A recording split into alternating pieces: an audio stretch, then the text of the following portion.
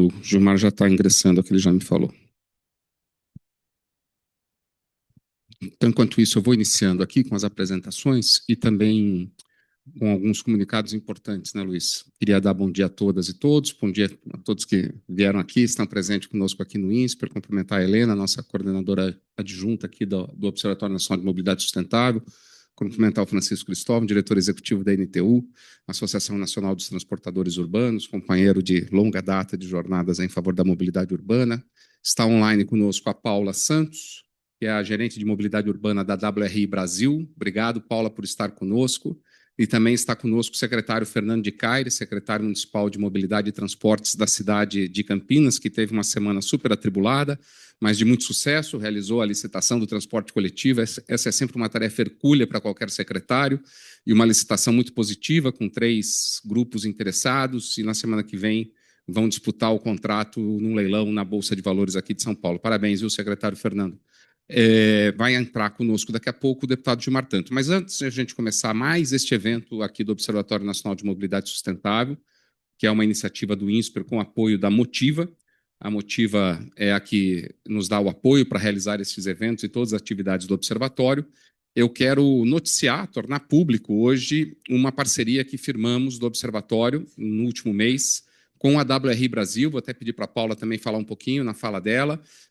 A WRI Brasil, há muitos anos, tem a iniciativa do Quali Ônibus, que eu tive a oportunidade de participar como secretário de Mobilidade de São Paulo, porque São Paulo participava desse grupo de benchmarking de cidades brasileiras no transporte sobre pneus, e depois, quando eu trabalhei na WRI em Washington, tive a oportunidade também de acompanhar esse programa aqui no Brasil. E para nós do INSPER é uma honra muito grande receber o Quali Ônibus como parceiro do Observatório e principalmente os dados que são gerados por essas 25 cidades, ou 20 cidades, que compõem o Quali Ônibus do Brasil, que contribuem com dados, que passam também agora a alimentar os dados do Observatório Nacional de Mobilidade Sustentável. É um passo muito grande para nós do Observatório, que somos iniciantes, começamos em 2023, receber essa parceria com a WRI, que não é só no compartilhamento de dados. A partir de agora, a WRI é uma parceira estratégica, ela já participa hoje da Sexta Mobilidade, a Paula já é nossa professora no curso de segurança viária, que vamos lançar em breve. Fiquem atentos que nas próximas semanas ou dias vamos publicar mais um curso de educação executiva do INSPER, agora voltado para o tema da segurança viária e da visão zero. E vamos aí com isso estreitando os laços com essa organização tão importante, com tanta tradição e que tanto contribui com a mobilidade urbana no Brasil. O secretário entrou, Márcia? Deputado, perdão. Então, eu vou começar aqui fazendo uma introdução do tema. O tema que a gente decidiu discutir hoje é o tema da tarifa zero, que é um tema que cada vez mais ele cresce a discussão no Brasil. Se há 20 anos atrás, Francisco, alguém falasse de tarifa zero no transporte público, seria tratado como alguém que precisasse, talvez, de um acompanhamento psiquiátrico, porque era um assunto que não se discutia, sequer se discutia o modelo de subsídios. Porque a visão que nós tínhamos há 20 anos atrás, e algumas cidades ainda mantêm, é de que quem deve pagar pelos custos de produção do transporte público é o usuário. Então, você calculava e continua calculando. Olá, Jorge, seja bem-vinda. A gente calculava o transporte público, o financiamento do transporte, assim. A prefeitura somava os custos de produção de serviço, dados gerados pelos operadores, pelas planilhas, a famosa planilha GEIPOT, depois agora atualizada pela querida NTP, e dividia pelo número de passageiros equivalentes, os passageiros que pagam. E encontrava um valor e cobrava na catraca esse valor do usuário ou do vale-transporte dos empregadores. E com isso estava todo mundo feliz, porque a gente tinha muito usuário, não faltava usuário no nosso sistema, portanto, essa conta pagava. O deputado Gilmar Tato, que está se juntando a nós daqui a pouco, liderou um processo de modificação do sistema de transporte coletivo de São Paulo, que foi um marco nessa discussão. Porque em 2004, na gestão da prefeita Marta Suplicy, então secretários, o Zaratini, o Gilmar, o nosso amigo de Campinas, que foi deputado, Gerson Bittencourt, foram secretários da prefeita Marta, eles implantaram, cada qual dando a sua contribuição, o bilhete único em São Paulo. E isso foi uma revolução no transporte público, porque não foi simplesmente um cartão inteligente para cobrar. Foi a ideia de que o usuário pagava pela jornada e não mais por embarque. Então, o Luiz, que é nosso pesquisador aqui, morava no Jardim Ângela, precisava chegar em Santana, cada vez que ele descia de um ônibus e embarcava, ele pagava uma passagem. Com o bilhete único, ele embarcava a primeira vez, e aí ele tinha 3 horas para chegar no destino, e qualquer embarque que ele fizesse, ou 2 outros embarques, ele não pagava. Na ideia de que o que ele estava contratando não era embarque, era jornada. Quando isso aconteceu, evidentemente, aumentou muito o uso do transporte público em São Paulo, mas reduziu a tarifa paga pelos usuários, porque eles pagavam em razão de cada embarque e passaram a pagar em razão da jornada. E aí a conta não fechou mais. Ao não fechar mais a conta, a prefeitura disse, eu complemento. E nasceu, então, na cidade de São Paulo, a ideia de que a prefeitura subsidiava o usuário. Em vez de cobrar o custo integral da produção do serviço dos usuários, a prefeitura estabeleceu um preço para o usuário pagar e a diferença para pagar o custo de produção de serviço, a prefeitura passou a pagar. E esse subsídio foi crescendo. No início era muito tímido, acho que não chegava a 10% do custo de produção de serviço, e hoje já ultrapassa 60%, porque por muitos anos se congelou a tarifa, né? O sistema foi ficando mais caro e a prefeitura decidiu não repassar esse custo. Então, esse é o primeiro conceito. Quando a prefeitura subsidia, você me avisa, tá, Márcia, se o deputado entrar. Quando a prefeitura subsidia o transporte, qual é o conceito socioeconômico que está embutido nisto? É de que quem usa o transporte público se beneficia, mas não só ele. Toda a sociedade se beneficia de quem usa o transporte público. Então é justo que toda a sociedade, mesmo aquele que não usa o transporte público, mas paga impostos, contribua para o financiamento deste serviço. Então é uma ideia socioeconômica e política no sentido de que o transporte público produz tantas externalidades, o uso do transporte público produz tantas externalidades positivas que a sociedade contribui reduzindo o preço de quem toma esta decisão, diminuindo o ônus de quem toma essa decisão. E durante a pandemia, as cidades que não pagavam subsídio ou passaram a pagar ou enfrentaram crises severas de financiamento do transporte público, algumas delas, inclusive, com um colapso. Teresina é um exemplo. Teresina ficou alguns meses sem transporte coletivo, porque não pagava subsídio, as empresas não operavam. A cidade de Salvador assistiu uma das empresas quebrarem e a cidade do Rio de Janeiro viu algumas quebrarem porque não pagava subsídio e depois passou a pagar fruto de um acordo judicial. Mas o número de cidades que passaram a pagar subsídio durante a pandemia cresceu exponencialmente. Hoje passa seguramente de 300 no Brasil as cidades que foram obrigadas a ajudar a pagar. Um pouco da crise que a gente vive, que é uma crise de fundo, que é a crise essencial. Nós estamos perdendo passageiros no transporte público, ou seja, quando a gente divide o custo entre quem viaja, está faltando gente para dividir. Então também eu preciso pagar subsídio porque não dá mais para dividir entre quem viaja. E eu não posso deixar de lembrar 2013, julho de 2013, as manifestações que tomaram conta das ruas brasileiras. Lembra? Não é só pelos 20 centavos, mas era pelos 20 centavos. Tudo começou pelos 20 centavos. Quando a tarifa foi reajustada de 3,80 para 4, ou de 2,80 para 3, ou de 4 para 4,20, eu não me lembro exatamente os valores. Prefeitura de São Paulo, a Prefeitura do Rio, o Governo de São Paulo, metrô, CPTM, todos reajustaram em julho. O deputado já está conosco. Bem-vindo, deputado Gilmar. Já vou lhe passar a palavra para que o senhor introduza o tema aqui da tarifa zero. Estou concluindo uma introdução pequena aqui, deputado.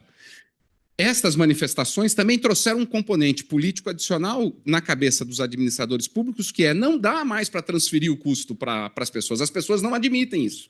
Tem uma limitação orçamentária entre os usuários que não dá mais para simplesmente fazer aquela conta e transferir.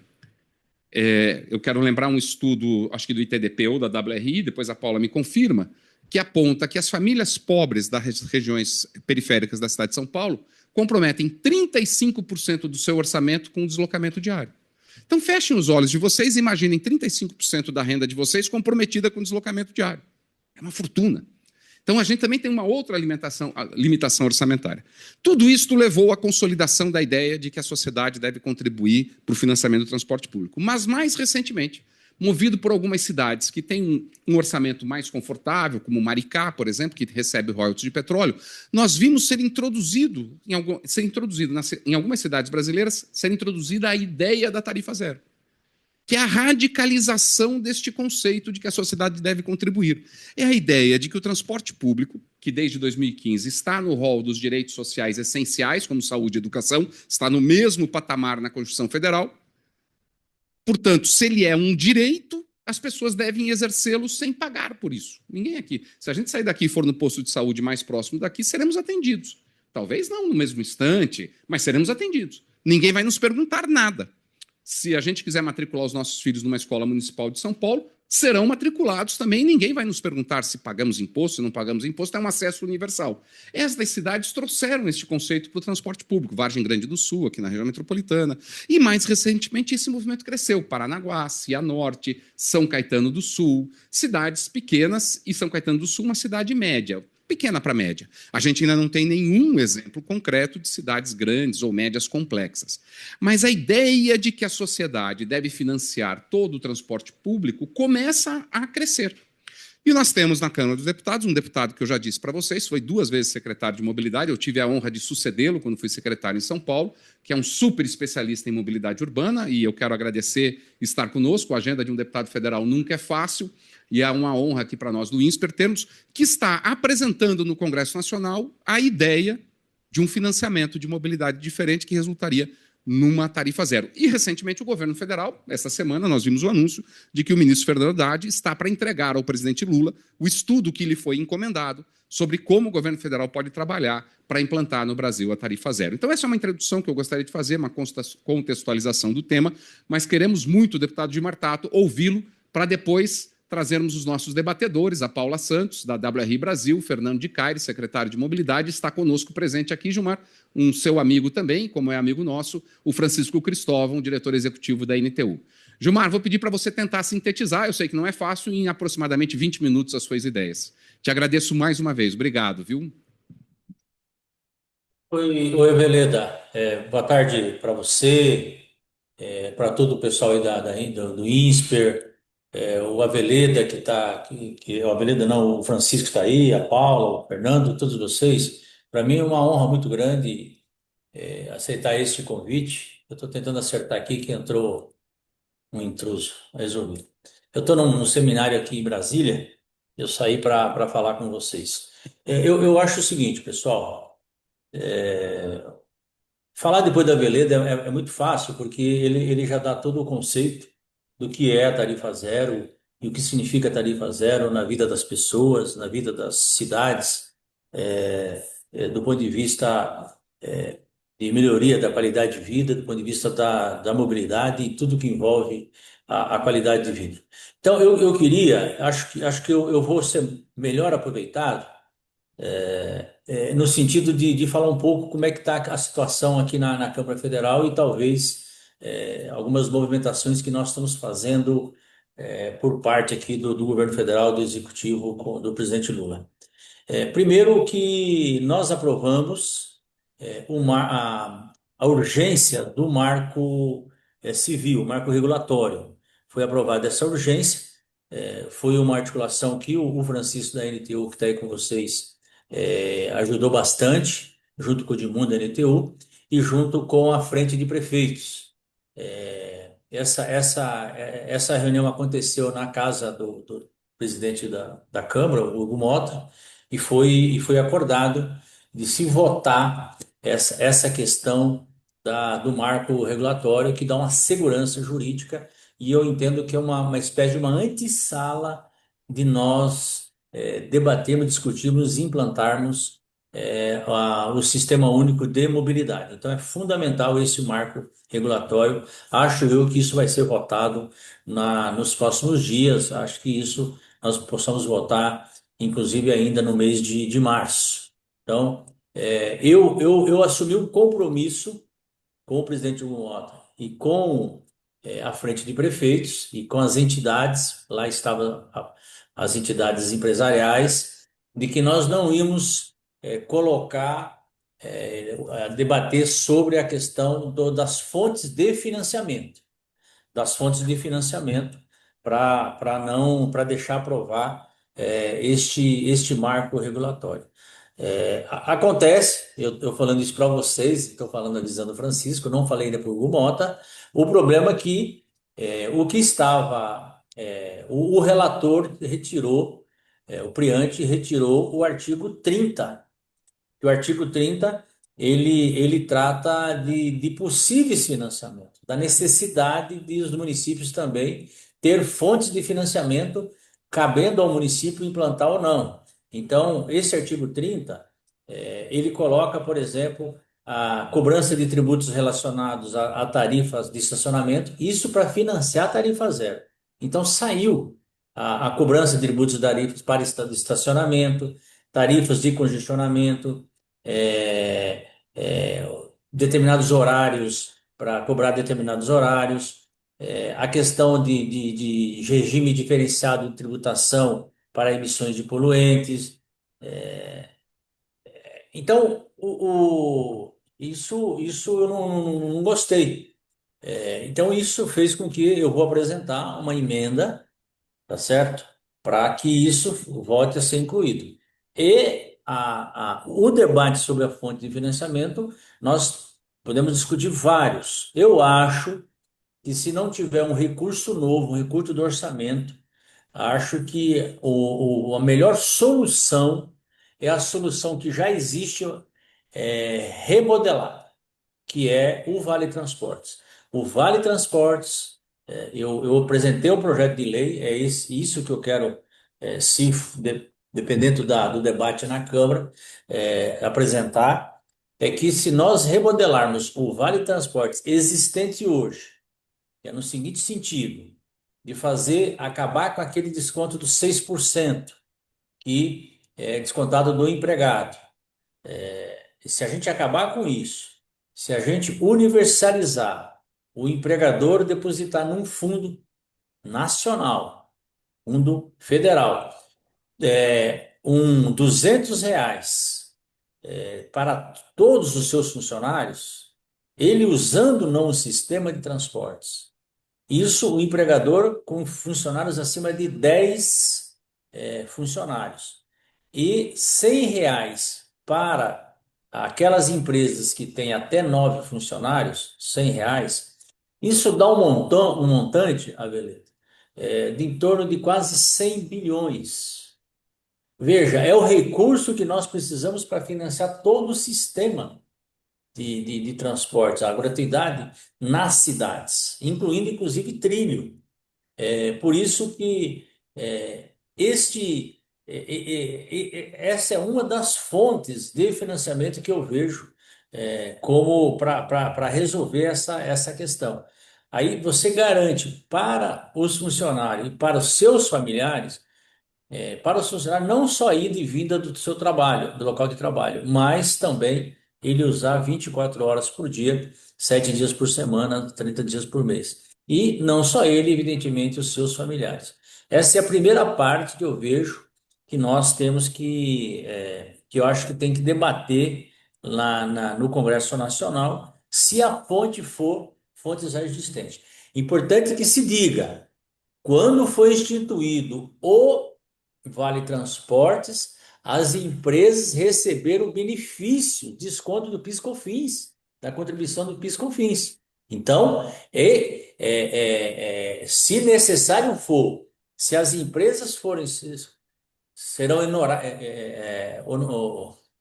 serão penalizadas, oneradas em relação a este projeto, que eu acho que não são, porque nós estamos diminuindo o valor, é só pegar a tarifa de São Paulo e você fazer 22 dias por semana, 20 dias úteis por semana, você vai verificar que dá muito mais de R$ 200 por mês para o empregador. Então, por que depositar no Fundo Federal? Porque nós temos o Vale Transporte também do Intermunicipal, então é um problema de distribuição logística. Eu usei a mesma estrutura do Fundo de Garantia, da sistemática do Fundo de Garantia. Isso serve, inclusive, para nós criarmos no sistema de mobilidade a mesma estrutura jurídica e o mesmo aparato burocrático, vamos chamar assim, do Sistema Único de Saúde e também do sistema do Fundo de Garantia, de como é o funcionamento do sistema do Fundo de Garantia.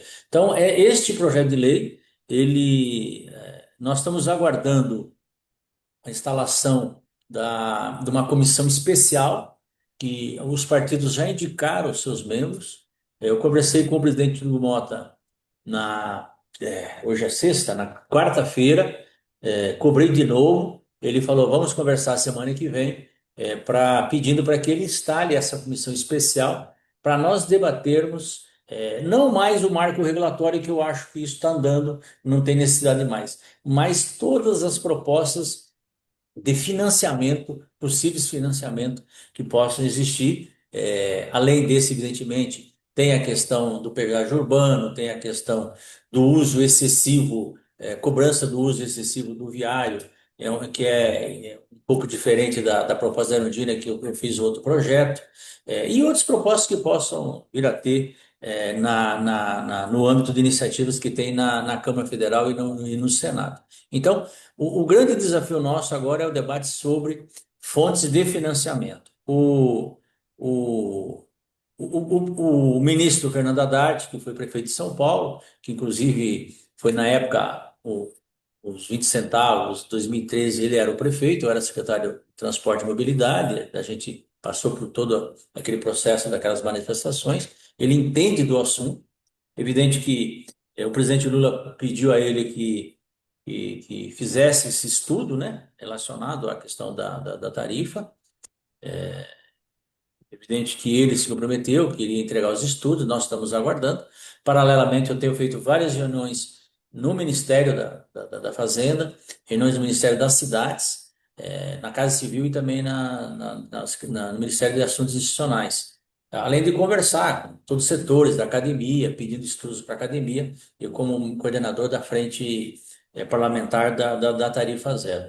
O que que eu acho, assim, a vereda, pessoal?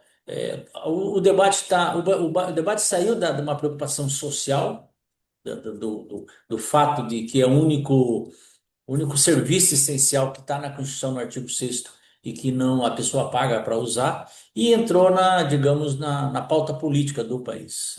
Então, a questão é a seguinte: é uma questão de tempo de ser implantado o Sistema Único de Mobilidade, a tarifa zero no Brasil, pelo menos nos municípios. Evidentemente que isso vai ser debate da campanha eleitoral, tanto presidencial como de governador, senadores e deputados, é, e coloca que realmente acho que chegou a hora de garantir esse direito para todos. E isso é uma ponta do iceberg de você debater o como viver nas cidades, o que significa, do ponto de vista econômico, social, ambiental, é, segurança, você implantar a tarifa zero no país, junto com todo um investimento em infraestrutura, de mais trilhos, né, ampliação de metrô, de ônibus não poluente. Então, eu acredito que, assim, eu estou muito animado, eu pego pela minha agenda, assim, uma agenda que a gente estava, né, Avelina, você e outras pessoas que estão aí na sala e nos assistindo, a gente era meio que estava meio que pregando no deserto. Hoje a minha agenda explodiu do ponto de vista da quantidade de gente, de atores políticos importantes, governadores, senadores, deputados, vereadores, prefeitos, pedindo para conversar, para falar a respeito desse assunto nas suas cidades, nos seus estados, muitas audiências públicas. Então, isso é um sintoma que realmente está na pauta política. E a nossa preocupação, além de garantir as fontes de financiamento, que precisa ser tripartite, responsabilidade do governo federal, governos estaduais, dos municípios e também das empresas, né, que precisa dos seus funcionários para poder trabalhar. Eu acho que é uma responsabilidade de tudo, de todo mundo, e vai acontecer. E a preocupação nossa também já é ir preparando esse arcabouço, né, é uma moda falar de arcabouço jurídico do funcionamento da fiscalização da distribuição. Encerro dizendo o seguinte: a Tarifa Zero e o governo federal entrando, você padroniza contratos, você padroniza formas de remuneração, pagamentos. Então, deixa de ser como é hoje. Cada município tem a sua dinâmica de contratos com os prestadores, ou a prefeitura fazendo direto, ou através de concessão, ou através de contrato de prestação de serviço. Nós vamos ter uma padronização nacional. Eu acho que isso é importante, inclusive da transparência e de fazer com que possa a sociedade acompanhar melhor todo o funcionamento do recurso público. É evidente que um dos elementos importantes, eu tenho dialogado com a NTU, que nós não pode ser mais que o passageiro transportado, o usuário transportado, quando você implanta a tarifa zero. Você precisa, além de melhorar a qualidade do serviço, aumentar a frota, evidentemente tem que ser por quilômetro rodado, tem que ser por qualidade, e porque eu sempre falo, a tarifa zero não é uma bolsa para empresário, nada contra os empresários que atuam no setor, mas ele tem que ser um benefício para a sociedade e os empresários têm que ter a remuneração adequada para prestar um bom serviço. Eu acho que se a gente conseguir entrar nesse consenso e essa unidade que não pode ser. O debate sobre a tarifa zero tem que ser como um sistema único de saúde. Só deu certo, foi implantado, uma conquista da sociedade brasileira, porque envolveu todos os setores da sociedade, de direita, de esquerda, de centro, enfim, todo mundo se uniu no sentido de ter o sistema único de saúde no Brasil, que é um orgulho para nós todos e uma referência no mundo. E por que não dizer também que nós implantarmos o sistema único de mobilidade? Nós inovamos com um sistema nacional de educação, um sistema nacional de assistência social, estamos discutindo um sistema nacional de segurança agora, e, por que não, um sistema nacional de mobilidade, que todos os setores se envolvam e que seja um ganho da sociedade brasileira como um todo. Muito obrigado, Gilmar, muito obrigado. Parabéns por liderar esse debate em todo o Brasil. E eu vou pegar o gancho da sua fala final para passar a palavra para o Francisco Cristóvão, que é a voz dos operadores de ônibus privados no Brasil. Já foi presidente do Sindicato dos Operadores aqui da cidade de São Paulo, já foi presidente da CMTC, também já atuou no setor público, e hoje pode falar para a gente qual é a visão que os operadores. Acho que no Brasil não tem mais nenhuma empresa estatal relevante de transporte. A última foi a Carris, foi privatizada, né? O modelo no Brasil de transporte público de passageiros sobre pneus é que a prefeitura é o titular, né, claro, nos sistemas municipais, mas contrata empresas privadas para fazer essa operação, o que isso traz grandes desafios. Daqui a pouco a gente vai ouvir o secretário Fernando, que dirige uma cidade de mais de 1 milhão de habitantes, que é Campinas. Mas como é que vocês estão vendo lá na ITU essa discussão, Francisco? Francisco até preparou uma apresentação para nós aqui. Obrigado. Bom dia, boa tarde, né? Boa tarde a todos. Queria cumprimentar, né, o Gilmar, a Paula, né, o Fernando, né, que vão nos acompanhar aqui nessa discussão. Agradecer o convite, né, toda vez que eu recebo um convite do INSPER, a primeira coisa que eu faço é olhar na minha agenda e ver quais são os compromissos que eu tenho que desmarcar, né? É um orgulho para mim muito grande estar sempre aqui participando das discussões que vocês promovem aqui. E esse assunto, sem dúvida, hoje está na pauta, né? Ele faz parte do nosso dia a dia, das discussões, né, que a gente vem travando lá na NTU. Não é consenso, né, entre todos os operadores, há operadores que vêm com uma certa, né, restrição, né, porque o contratante deixa de ser, né, o contratante continua sendo o poder concedente, sempre a prefeitura, mas a forma de remunerar o serviço é que muda, né, aí não será mais, né, o passageiro, o pagante, né, pelo serviço prestado, será, né, o poder concedente que vai contratar e vai remunerar a empresa. O deputado usou a expressão mais correta que nós gostamos, de maneira justa e adequada. É só isso que o operador quer, né? Nós, durante anos, lutamos com essa coisa de apresentar a planilha de custo, né, com base nas exigências que o poder concedente faz, né? Eu quero veículo com idade média de 5 anos, eu quero ar-condicionado, eu quero direção hidráulica, eu quero intervalo de 3 em 3 minutos, etc, etc. Aí você leva a conta e o prefeito diz, isso você está louco? A população não tem como pagar, certo, esse valor. E nós lutamos com isso anos. Dada a minha diferença de idade com, né, o Sérgio Aveleda, né, eu comecei antes dele, então eu só vou permitir fazer um complemento à informação que você deu. Né, o Tato foi, de fato, o condutor, né, do projeto da implantação do bilhete único. Mas essa questão da separação de tarifa nasce, né, no governo da Luiza Erundina, né, com o secretário Lúcio Gregory, que, né, mudou o regime de remuneração das empresas, isso década de 90, para vocês terem uma ideia, e separou. né, tarifa pública, que é quanto o cidadão paga para usar o serviço, da tarifa de remuneração, ou a gente não gosta de usar a expressão tarifa de remuneração, mas o valor que remunera a prestação do serviço. Isso, década de 90, em São Paulo, já se praticou isso, né, começou a se praticar.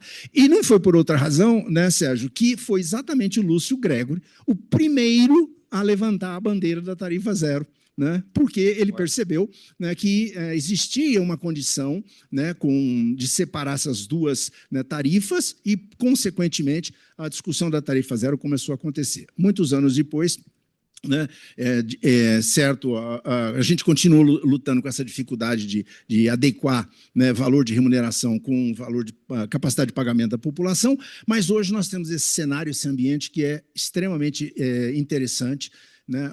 Também foi colocado pelo Gilmar Tato, e eu acho isso muito importante, que nós aprovemos o marco regulatório, né, um marco legal. Ele está assim, né, às vésperas, faz 5 anos, né, que a gente vem discutindo isso, nasceu lá na época da pandemia, né? Eu escrevi um artigo recente, eu historiei um pouco dessa questão, foi pelas dificuldades do relacionamento com o poder, né, caiu demanda, caiu a arrecadação, porque a forma de arrecadar, né, de remunerar o serviço era só com o pagamento da tarifa, e as empresas começaram a ter muita dificuldade de continuar prestando o serviço. E aí, eu posso falar horas sobre essa questão, mas nasceram as primeiras discussões do marco legal, né? E depois teve todo um sequenciamento de providências, a CEMOB, a Secretaria Nacional, né, de Mobilidade Urbana, encampou essa discussão, trouxe, né, para o âmbito do Ministério, à época, Desenvolvimento Regional, hoje Ministério das Cidades, apresentou uma primeira minuta, criou um fórum de debates, isso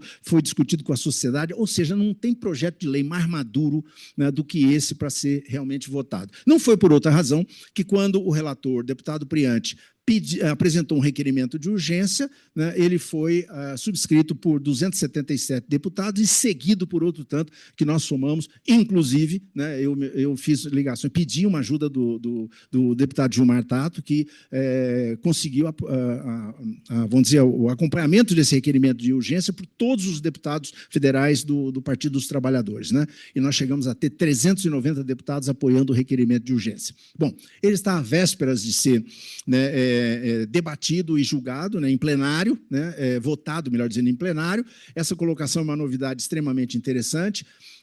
O relator retirou o artigo 30 por pressão, né, principalmente, né, de alguns parlamentares que foram lá pegar no artigo 30 e pinçaram expressões, né, completamente mal interpretadas e de maneira errônea, que a gente está criando imposto sobre o congestionamento, que agora o cidadão não só vai ficar parado no congestionamento, vai pagar para ficar no congestionamento.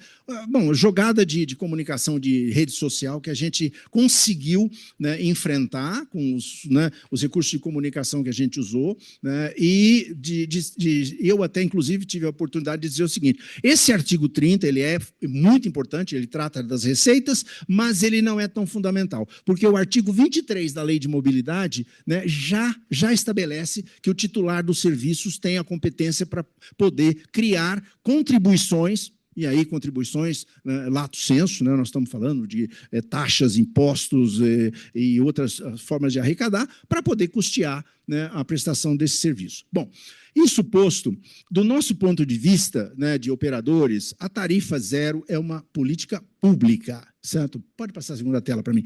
Né, é uma política pública e que tem vários aspectos, várias nuances. Eu listei os 6 principais.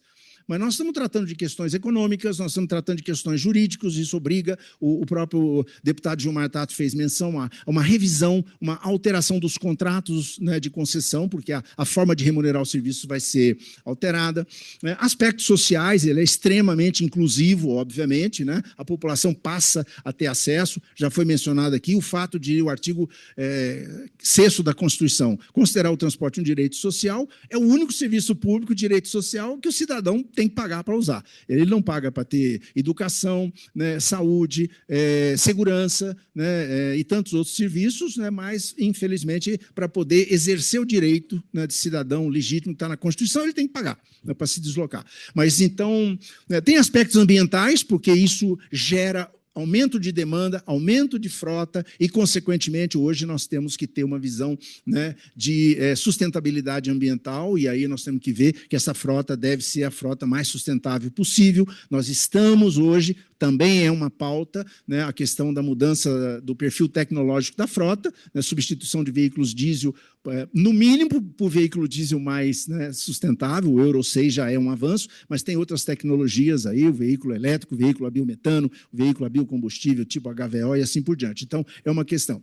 Questões operacionais, é óbvio, gente, vamos lá, se nós aumentamos a demanda, aumentamos a frota, nós não podemos botar esses veículos para ficar parado em congestionamento. Nós temos que cuidar da infraestrutura, temos que disponibilizar espaço viário para essa frota poder circular, né? E as pesquisas já mostram isso. É óbvio que o fator pagamento, o custo, né, do deslocamento conta, o Sérgio fez aqui menção, às vezes 35% da renda familiar. Entretanto, né, nos atributos, quando a gente faz uma pesquisa, o passageiro ele quer tarifa módica, ele quer regularidade, ele quer confiabilidade, ele quer conforto. Então, nós não podemos só cuidar de um aspecto, né, um atributo da viagem, que é o preço, né, e os outros, né? Então, para isso, nós temos que investir nessas questões todas dos aspectos operacionais, de infraestrutura, prover infraestrutura para que a frota tenha um desempenho, né, ideal. E, por último, é uma certa provocação, é óbvio que uma discussão desse porte, ele deve ser tratado também sobre o aspecto político. E aí, uma provocaçãozinha, né? Eu falo política no transporte e política de transporte. No ano eleitoral, obviamente, nós vamos ver essa questão sendo tratada como política no transporte, né? Então, partidos que vão aderir às teses, partido que vai ser contra, né? A gente está vendo aí, né, esse tratamento dispensado erroneamente à discussão do marco legal, né, foi por uma questão de política, certo, né, no transporte, não política de transporte. Mas vamos lá. De qualquer maneira, eu resumiria essa tela com a frase que está embaixo: tarifa zero é assunto muito sério, é uma política pública que vai ter um impacto na sociedade que a gente, às vezes, até mesmo sendo especialistas na área de transporte, é difícil de avaliar, pelas outras variáveis que estão em jogo, questões socioeconômicas, nossa, de toda a natureza. Vamos lá, muda para mim. Tarifa zero, né, é uma forma de remuneração, mas muito mais do que isso, né, acabo de dizer aqui, né, é uma oportunidade que nós estamos tendo de elevar a discussão. E costumo dizer, sempre que posso, atribuir a autoria da frase ao Aveleda, que diz o seguinte, né, nós estamos sofisticando essas discussões na área dos transportes. Tiramos o assunto da mesa do boteco e trouxemos para a mesa da academia. Estamos aqui, né, na academia, no INSPER, discutindo tarifa zero. Eu, que tenho quase 50 anos de atuação no setor, já sentei muito em mesa de boteco para discutir, certo, né, que é máfia do transporte, que é tubarão de catraca, certo, que só visa lucro. Então, eu posso listar aqui as frases que, ao longo dos anos, eu acumulei, né, como referência, né, aos operadores e ao serviço, né, de qualquer maneira. Mas, hoje, essa é uma oportunidade que a gente está tendo de trazer esse assunto, né, para, né, o patamar, para onde ele deve ser tratado realmente. E nós estamos vendo, certo, né, a maneira como isso está sendo discutido. Mas não poderia deixar de fazer uma menção que, ó, na última frasezinha de baixo sempre tem a mensagem do patrocinador, né? Não existe serviço de graça, certo? Tarifa zero não significa custo zero. Às vezes, normalmente, o custo vai subir. Certo, né? Porque nós queremos um compromisso, né, de implantar a tarifa zero, mas melhorar a qualidade de serviço para a população, porque senão nós vamos ter, né, a batalha, a disputa com o transporte individual, e por incrível que pareça, certo, é uma batalha injusta, ela é perversa, a gente costuma perder essa guerra, certo? O poder do transporte, eu não estou falando do automóvel e tal, mas, né, por tudo que ele envolve, né, a gente acaba tendo muita dificuldade de fazer esse debate transporte coletivo versus transporte individual. Mas estamos aqui para isso, né, Sérgio? Manda para mim. Eu não vou nem gastar muito, certo? Mas o próprio Tato disse, certo, né, o Gilmar Tato disse que, né, o marco legal é fundamental para que a gente possa caminhar no sentido de, né, discutir o transporte no nível que ele merece, mas a discussão das fontes de recursos são fundamentais, né? Nós, inclusive, contratamos um estudo técnico na NTU para discutir receitas extratarifárias, né? E dentre os consultores que, né, nos ajudaram a discutir esse assunto, Sérgio estava lá no hall dos consultores que permitiu que nós fizéssemos um trabalho. Aí estão listadas algumas possibilidades, mas elas não se esgotam, né, nesses 8 casos aí. Tem muito mais do que isso. Tá? É só uma menção. De qualquer maneira, a gente tem que sair fora dessa questão de, né, quem paga a conta é o passageiro ou então a fonte está só no orçamento. Porque se a gente fizer isso, nós vamos dificultar muito, porque os orçamentos também não têm, os municípios não têm espaço orçamentário para poder, né, deslocar recursos, né, que estão sobrando, né, porque o município, como todo mundo sabe, né, ele tem tantas obrigações, né, que o orçamento é sempre justo. Né? Pode mudar, por favor.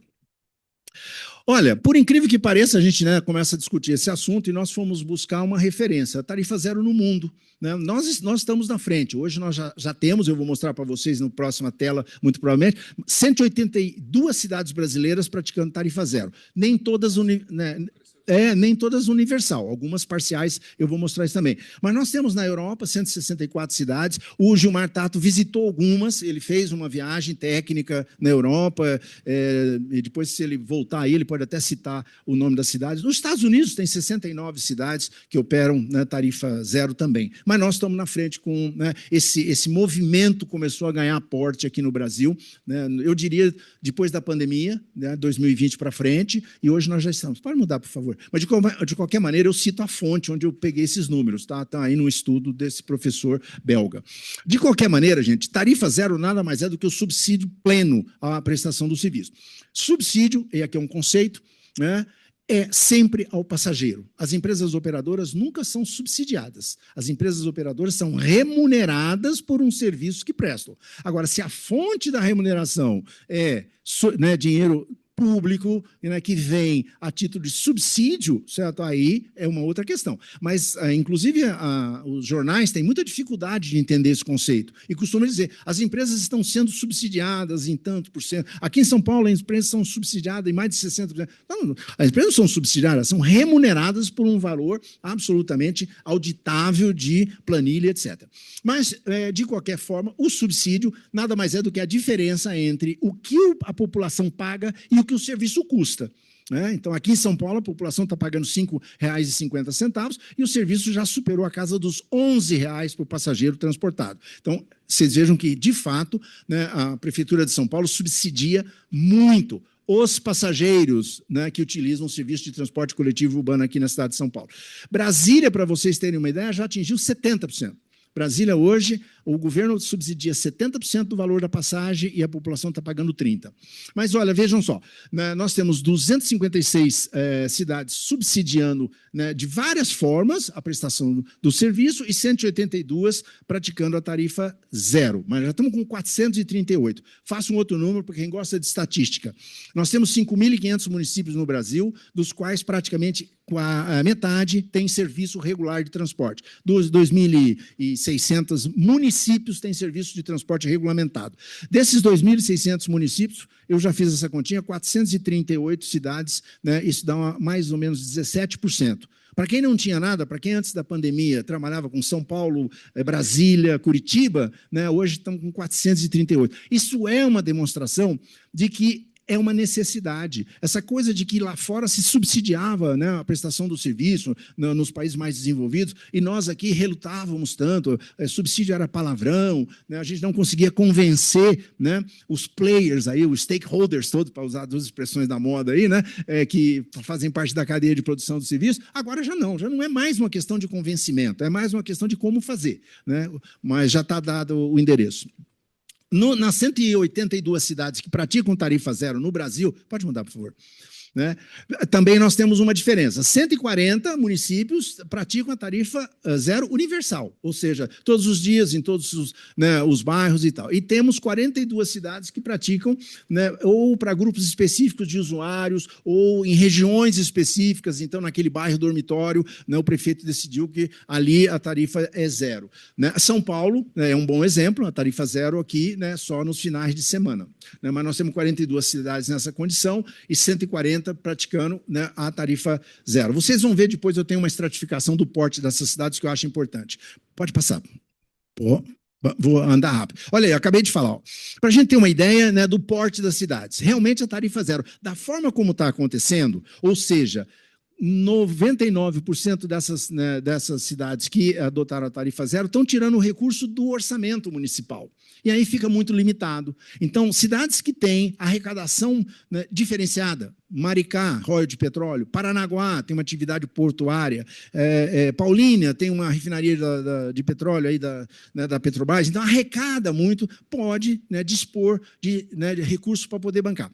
Mas isso que está sendo discutido agora, e de novo o Gilmar Tato fez menção, são recursos de outras fontes, recursos provenientes da União, dos estados, dos municípios, né, a revisão do Vale Transporte, né, e aí por aí vamos. Mas isso foi só uma estratificação para a gente mostrar que elas se concentram, praticamente 70%, 72%, né, das cidades têm porte a menos, com porte pequeno, né, 50 mil habitantes e tal. Grandes cidades, a coisa fica mais. Aqui em São Paulo, para a gente fazer uma conta muito rápida, né, hoje o sistema de transporte da cidade de São Paulo por ônibus custa algo em torno de 12 a 13 bilhões de reais. Isso representa 10% do orçamento municipal. O orçamento municipal da cidade de São Paulo é na faixa de 140 bilhões. Vocês imaginam, né, se implantar a tarifa zero, acréscimo de demanda, acréscimo de frota, aumento do custo, né, pode começar a falar em 20 bilhões de necessidade. A cidade não dispõe desse volume de recursos para poder destinar a um único serviço. Então, as fontes têm que ser outras mesmo. Por favor, Helena. E caminhando já para o final da minha discussão aqui, da minha primeira discussão. Do ponto de vista da posicionamento formal da nossa entidade, que representa 480 empresas operadoras, 77 entidades filiadas, federações, associações e outros sindicatos. Do nosso ponto de vista, está aí um resumo do que significa a tarifa zero. É uma medida, né, de inclusão social e redistribuição de renda, é a valorização do transporte coletivo como direito social, já fiz menção a isso, é a prevalência do transporte coletivo sobre o transporte individual, a participação dos entes federativos, União, Estado e municípios, nessa, né, eu costumo dizer o seguinte, o PIB é produzido no município, né? O Estado e a União são entes, né, formais de organização da sociedade, mas o PIB acontece no município, e a União não pode ficar ausente disso, e muito menos os estados, né? E dizer lá que o artigo 30 atribui ao prefeito a responsabilidade. É verdade, a responsabilidade de organizar, de planejar e tal, mas não de custear sozinho, né, a prestação do serviço. O Vale Transporte é a principal, deverá ser a principal fonte. De novo, o deputado Gilmar Tato já fez menção a isso, nós temos que rever. O Vale Transporte tem 40 anos, foi fundamental para financiar o custeio da operação, só que ao longo desses 40 anos ele foi sendo desvirtualizado, e hoje nós temos empresas que dão em dinheiro, o funcionalismo público federal não recebe, o Vale Transporte recebe em dinheiro, então houve um desvirtuamento, nós temos que resgatar os conceitos que geraram, lá em 1985 e depois obrigatoriamente em 87, a criação do Vale Transporte. Nós nunca podemos esquecer desse trinômio, demanda, oferta e qualidade. Certo? Não adianta oferecer serviço de graça para a população se houver uma degradação da qualidade do serviço. A população não quer isso. A população quer, sim, tarifa módica, até tarifa zero, se for o caso, se puder, né, mas qualidade do serviço em primeiro lugar. E, por último, respeito aos contratos e aos procedimentos vigentes. Não significa que os contratos tenham, né, que permanecer como estão. A remuneração não ser por passageiro e ser, por exemplo, por quilômetro rodado, por hora trabalhada, para nós, operadores, tem o menor significado. O que nos interessa é a remuneração efetiva que aconteça, justa e adequada. Porque o ruim, né, é você dizer que vai pagar, né, por exemplo, por serviço prestado e depois chegar em outubro e dizer não tem recurso no orçamento para poder bancar o serviço. Acho que é a última. Nem vou, né, e nós fizemos uma nota de posicionamento, né, é só um exemplo aí, gente, eu não tenho a pretensão de imaginar que vocês consigam ler, mas o resumo está naquela tela anterior, mas isso nós soltamos, publicamos uma nota de posicionamento da entidade. Acho que é a última.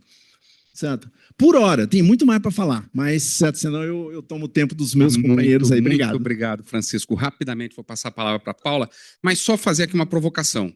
Eu publiquei um artigo no Globo, há uns 2 anos atrás, Francisco, chamado assim, a tarifa zero já existe. Se alguém veio de carro aqui para o INSPER hoje, não precisa ter vergonha disso, a gente entende exatamente os motivos, esta pessoa não pagou absolutamente nada pelo seu deslocamento. Eu falei isso para um prefeito, ele respondeu assim, não, mas o carro paga o IPVA, e metade do IPVA fica para a prefeitura. Eu falei, prefeito, então, porque pago IPVA, não precisa pagar pela infraestrutura? É. Falei, vou comprar um apartamento na sua cidade. Porque ele falou para mim, eu falei, por quê? Ué, se essa lógica vale para o carro, eu imagino que o senhor não cobra água, luz, eletricidade e gás de quem tem apartamento aqui. A pessoa não paga IPTU? Se paga IPTU, tem que ter direito à infraestrutura de graça. Eu falei, nunca pensei nisso. Você veja que andar de transporte público, todo mundo viajou hoje. Eu vim de bicicleta, não paguei nada. Quem veio a pé não pagou nada, quem veio de carro não pagou nada. Os únicos chamados a pagar foram os usuários de transporte público, que geram tantas externalidades positivas para a cidade. Aqueles que geram as externalidades negativas, que são os que andam de carro, que ocupam espaço, que poluem, que provocam insegurança viária, não contribuem com nada, com uma imensa infraestrutura à disposição deles. Asfalto, pintura, sinalização, engenharia de trânsito. Está aqui o Rafael, que trabalha na Câmara Municipal de São Paulo. Quanto custa a CET por ano? 1,5 bilhão só de CET. Mais o SUS. 90% dos atendimentos do pronto-socorro do Hospital do Capão Redondo de trauma são motociclistas, que não colidiram com o ar. Né? Estão lá porque colidiram com automóveis. 60% das vagas da UTI no Brasil são para usuários de trânsito. 60% das vagas de UTI no Brasil. E essas pessoas não são chamadas a pagar, mas a gente no transporte público, e eu vejo, Francisco, muitos especialistas em transporte contrários a priori à tarifa zero. Eu não sou contra. Se a prefeitura tem dinheiro, pode pagar. Se a gente constituir um fundo de recursos, vai aumentar demais a demanda. Gente, eu trabalho 24 horas por dia para aumentar a demanda no transporte público. Se vai aumentar a demanda no transporte público, a medida é positivíssima. Né? Claro, o Francisco tem razão, isso não pode ser feito. Se a gente sair daqui agora, for ali na Santo Amaro, perguntar para o seu José, que está no ponto de ônibus, dizer, seu José, o senhor quer ônibus regular ou de graça? Ou dizer assim, seu José, a gente vai dar ônibus de graça, mas vai piorar um pouquinho a qualidade. Ele vai dizer, doutor, não põe a mão no meu ônibus. Esse negócio já não está bom, o senhor ainda vai pôr a mão nele, não estraga. Nós não podemos, em nome da tarifa zero, degradar a qualidade e tudo mais. Mas eu vou passar a palavra para a Paula, que entende disso muito melhor do que eu. Oi, pessoal, me ouvem bem? Perfeitamente, é com você, Paula. E aí, por uns Boa 15 minutos, tá tarde. bom, Paula? Beleza. Obrigado. Boa tarde, pessoal, a todas e a todos. É um enorme prazer estar aqui nessa conversa do lado do Cristóvão, com toda essa experiência aí no setor de operadores, do deputado Gilmar Tato, que tem sido essa voz potente, importante na agenda de tarifa zero no Brasil, do secretário Fernando, da cidade de Campinas, que é um grande parceiro da WRI. Obrigado ao Sérgio e à Helena pelo convite e por levantar essa pauta, que é indiscutivelmente a mais relevante no nosso país, no setor de transportes hoje, onde o custo de transporte, como o Sérgio bem pontuou, pesa no orçamento das famílias e pode limitar o acesso de muitas pessoas a oportunidades básicas, né, de emprego, educação. E, como também pontuado já aí pelos meus colegas, não é de hoje que essa discussão de redução, eliminação de tarifa, né, para ampliar acesso a oportunidades das pessoas, existe no Brasil, né, é sempre uma tentativa de tentar melhorar a vida das pessoas. Mas aqui no WRI, que a gente vem trabalhando, né, na qualidade dos sistemas de transporte por ônibus com muitas cidades já há vários anos, a principal pergunta que a gente se faz quando a gente ouve essa temática é como garantir que essa tarifa zero, né, que essa política resulte num acesso real à cidade. E essa nossa dúvida, ela vem de, como eu falei, o Sérgio também pontuou, né? A gente tem aí mais de 10 anos construindo ideias com as cidades, a gente trabalha desde 2013 com um grupo de benchmarking Qualiônibus, que combina a coleta de indicadores de qualidade, né? Que o Sérgio pontuou que a partir desse ano também vai ser feito numa feliz parceria aí com o Observatório Nacional da Mobilidade Sustentável. A gente combina esses indicadores de qualidade com pesquisa de satisfação do passageiro. A gente já aplicou mais de 60 mil entrevistas, né, em todas as cidades do grupo.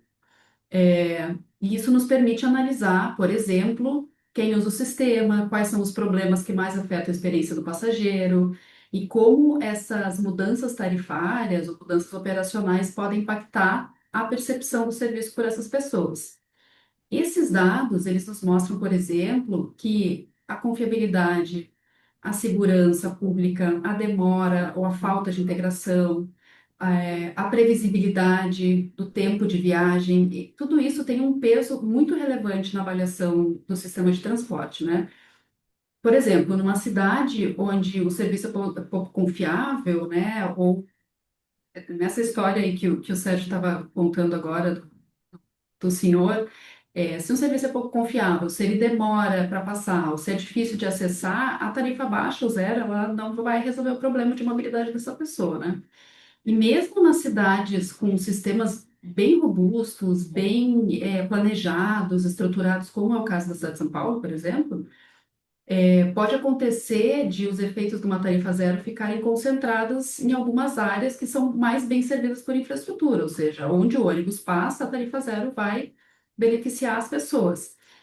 Isso, inclusive, já apareceu em dados aí, revelados pelo sistema de tarifa zero de São Paulo, que diz que ele ampliou o uso do transporte coletivo, claro, né? As pessoas passam a usar mais o ônibus, mas a cobertura do sistema e a forma da cidade também influenciam em quem vai se beneficiar de uma política tarifária como essa, né? Aquela pessoa que não é assistida pelo ônibus hoje vai continuar não sendo assistida pelo ônibus, né? Então, para buscar uma solução para esse tipo de aspecto, que os dados são muito importantes, né? Por isso que eu sempre reforço as ferramentas, né, que a gente faz de coleta de indicadores de qualidade, as pesquisas de satisfação, né? Hoje a gente tem tanta tecnologia de coleta de dados e a gente ainda não consegue, né, aplicar na sua plenitude nos sistemas de transporte. Esses dados ele têm um papel muito importante, né? Imagina quantas cidades no Brasil não têm informação nenhuma básica sobre o sistema de transporte. A própria SP Trans já revelou, né, a SP Trans, que é um modelo no setor, né, já identificou algumas perguntas que ainda são difíceis de responder para eles, por exemplo, nessa estruturação da tarifa zero aí nos domingos, qual linha tem mais ocupação? Qual o perfil do passageiro que usa mais, que se beneficia mais? Qual a origem e o destino nessas viagens de tarifa zero? Quais os ganhos de velocidade dentro dos corredores, isso tudo são indicadores muito difíceis de medir ainda, sabe? Eu acho que a gente tem tecnologia bastante para ir atrás dessas informações e que ia nos permitir fazer um planejamento e propor políticas tarifárias como essa com muito mais é, pertinência e justiça, né? Como só bem pontuou. Claro que isso não significa que a tarifa não importa, muito pelo contrário, né? Teve um artigo que saiu recentemente. Recentemente não, esse artigo que eu vou citar saiu há uns 3 anos, mais ou menos, mas ele ainda é bem relevante, é um artigo sobre a cidade do Rio de Janeiro, que ele mostra que as tarifas, elas podem excluir pessoas do acesso às cidades, né, aumentar a desigualdade, especialmente grupos vulneráveis, aí as mulheres, as pessoas de baixa renda, quem mora longe dos lugares que elas trabalham, mas ele também esse artigo também traz uma questão da necessidade da combinação de políticas tarifárias com uma melhoria na oferta, porque essa relação entre a redução da tarifa e o aumento da equidade também depende dessa integração de fatores como se a pessoa tem o dinheiro para pagar ou não, né, se ela realmente precisa dessa tarifa zero, o tempo de viagem, as características sociodemográficas da região, a forma da cidade, né, como é que ela se organiza. Então, quando a gente pensa numa tarifa zero, a gente também precisa considerar outras dimensões, né? O financiamento, ele é fundamental, e eu acho que essa pauta do financiamento, ela já está sendo bem debatida, né? O deputado trouxe bem que é uma pauta que ele está trazendo. Fico muito feliz em saber que a emenda vai ser focada no artigo 30 aí para tentar fazer com que ela volte.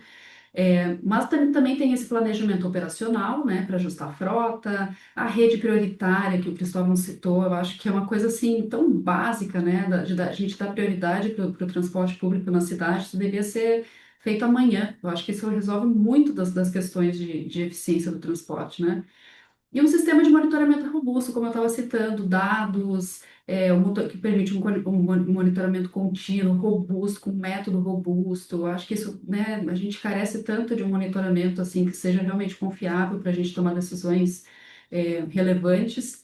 Então, eu acho que sem essas três dimensões, né, o financiamento, o planejamento operacional e métodos robustos de monitoramento, a tarifa zero ela pode ampliar o uso em algumas áreas, para alguns grupos, mas não necessariamente ela vai reduzir as desigualdades ao acesso à cidade, justamente porque o ônibus atualmente não está cobrindo toda a cidade, né? Então, quando a gente olha para o sistema sob uma perspectiva na escala mais humana, né, na escala da pessoa mesmo, né, a gente vê que alguns fatores como a calçada, né, a acessibilidade da calçada, o quanto o entorno do ponto do ônibus, o uso do solo, a integração com outros modos, eles também influenciam na adesão ao transporte coletivo, né?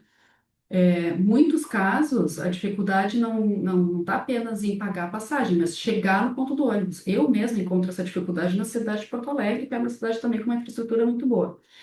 Isso conecta com uma agenda muito importante também para o WRI, que é a segurança viária, acessibilidade na primeira e última milha, a qualidade do espaço público, porque a tarifa zero ela pode ampliar essa demanda, mas a experiência do passageiro também depende de todo esse sistema. Enfim, resumidamente, assim, eu acho que tá muito claro aqui nesse debate que a tarifa zero é uma ferramenta muito poderosa de inclusão social, mas eu acho que ela precisa de outras políticas parceiras, digamos assim, outras políticas irmãs, né? Uma política que melhore a qualidade de serviço, eu acho que o marco legal está vindo muito em serviço disso também. Uma política de planejamento urbano, né? A gente tem aí um arcabouço super completo de planejamento urbano, mas que ainda não se comunica bem com as questões de mobilidade. Uma evolução na capacidade de monitoramento baseado nesses dados robustos, ou seja, o desafio não está apenas em financiar essa gratuidade, mas de lidar com toda uma expectativa, né, resultando de anos de falta de mobilidade, que eu acho que a população está clamando, né, por qualidade, né, por mais oportunidades de mobilidade, acesso a oportunidades, que precisa de outras políticas irmãs aí para complementar. Muito obrigada pela oportunidade de novo aí, Sérgio e Helena. Super obrigado, Paula, grande contribuição, muito obrigado. E para a gente ganhar tempo aqui, vou passar a palavra para o secretário Fernando de Caires, que já foi da União Internacional de Transportes Públicos, tive a honra de trabalhar com ele na Prefeitura de São Paulo, quando trabalhei na Prefeitura, e já há algum tempo dirige os transportes públicos, o trânsito de toda a cidade de Campinas, aqui pertinho. Fernando, muito, muito obrigado pela sua disponibilidade de estar conosco hoje e contribuir com esse debate. A palavra é sua. Vou te pedir... Sim.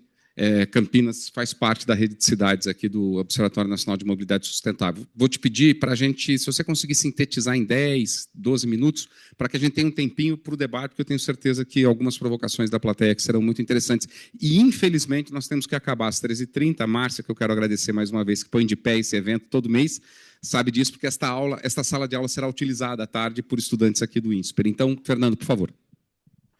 Maravilha, Sérgio. Boa tarde a todos. Boa tarde a Paula, grande parceira do WRI. Quantas viagens juntas, reuniões, discussões, ajudaram a gente a colocar de pé o nosso BRT aqui, com muita reunião, material. A gente faz parte de vários grupos de trabalhos dele, da WRI. Cumprimentar o nosso deputado Tato, que tem uma grande história no transporte público, é sem dúvida uma das referências sempre que a gente pensa em mobilidade urbana. Cumprimentar a Helena, aí do INSPER, que faz acontecer também tudo, o grande professor Cristóvão, que eu conheço já há tanto tempo, sempre admirei muito, é um grande prazer poder participar de uma roda de conversa com ele, lógico, o Sérgio, né, que é uma grande referência também, e para mim é um exemplo tanto de profissional como de pessoa. Enfim, gente, isso posto, eu acho que foi muito interessante ouvir todos esses pontos. Parabéns pela montagem também que foi feito, da gente poder ouvir cada player falando da sua visão, das suas dores, do que acha que precisa acontecer. Tem uma frase do Franco Montoro que eu estava pensando, o Cristóvão falou alguma coisa parecida, mas eu queria trazer ela aqui, que ele falava que ninguém mora na União, ninguém mora no Estado, as pessoas moram nos municípios. Então, é extremamente relevante a gente ter esse assunto, inclusive a nível federal e sobre outros tópicos, mas a bomba estoura mesmo aqui na prefeitura, né? É a prefeitura, é o secretário, é o prefeito que sente as dores, as agonias do que acontece nas nossas cidades. E quando a gente pensa em mobilidade urbana, de um modo geral, mas principalmente em tarifa zero, e esse é um assunto que ele vai e volta, graças a Deus, acho que foi o Francisco Cristóvão que falou que ele saiu da mesa do bar e entrou no debate formal, né? Entrou na pauta, tanto que... E aí o Sérgio falou, também é difícil pensar que há 10, 15 anos atrás, quando eu estava lá com o Sérgio, em São Paulo, a gente já está no whisper falando de tarifa grátis. Todo mundo ia pensar que a gente tinha ficado louco, mas hoje o assunto caminha e caminha a passos largos, e isso, para o município, é extremamente interessante. Então, a gente participa de muitas rodas, do Conselho Municipal de Mobilidade Urbana, da imprensa, e muita gente pergunta: Fernando, você é contra ou é a favor da tarifa grátis? Aí eu brinco, gente, é importante a gente pontuar algumas coisas. O município de Campinas, ele já paga 35% da tarifa hoje. Então, o nosso custo do transporte público é de mais ou menos 50 a 60 milhões por mês, e a gente paga 20 milhões por mês de subsídio. Esse é um ponto interessante também da gente trazer, porque eu já vi essa conversa na Câmara, eu já vi essa conversa em outros pontos também, ao mesmo tempo que eu já vi parlamentar e militante ou ativista defender a tarifa grátis, a tarifa zero, no mesmo discurso ele defende que a prefeitura não pode pôr dinheiro, ou que o empresário é tubarão e outras coisas também. Então, é importante a gente colocar a bola no chão, e eu acho que o INSPER é o local certo para isso, para a gente poder definir o papel de todo mundo e para a gente saber até aonde cada um pode ir e até onde cada um deve ir. O que eu falo como município o município não consegue bancar o transporte público sozinho. Eu acho que isso a gente sabe, isso está cada vez mais claro. E se o município não consegue bancar o transporte público sozinho, vai ficar para quem? Para a população? A população também não consegue bancar o transporte público pagando do bolso. Então, esse tema é extremamente relevante quando ele vem aqui para a gente, porque o município, lógico que eu, como secretário de transporte, amante da pasta, conversando com o prefeito, para mim, o município aqui de Campinas e o subsídio aqui de Campinas devia ser talvez o dobro, o triplo. Mas quando a gente pensa no orçamento da cidade, a cidade tem diversas prioridades. Não que o transporte público não seja, o transporte público é sim, mas você tem ainda educação, que tem verba carimbada, saúde, saneamento, habitação. Então, o bolo é pequeno, e esse valor ficando sempre nas costas do município, fica difícil da gente conseguir arcar.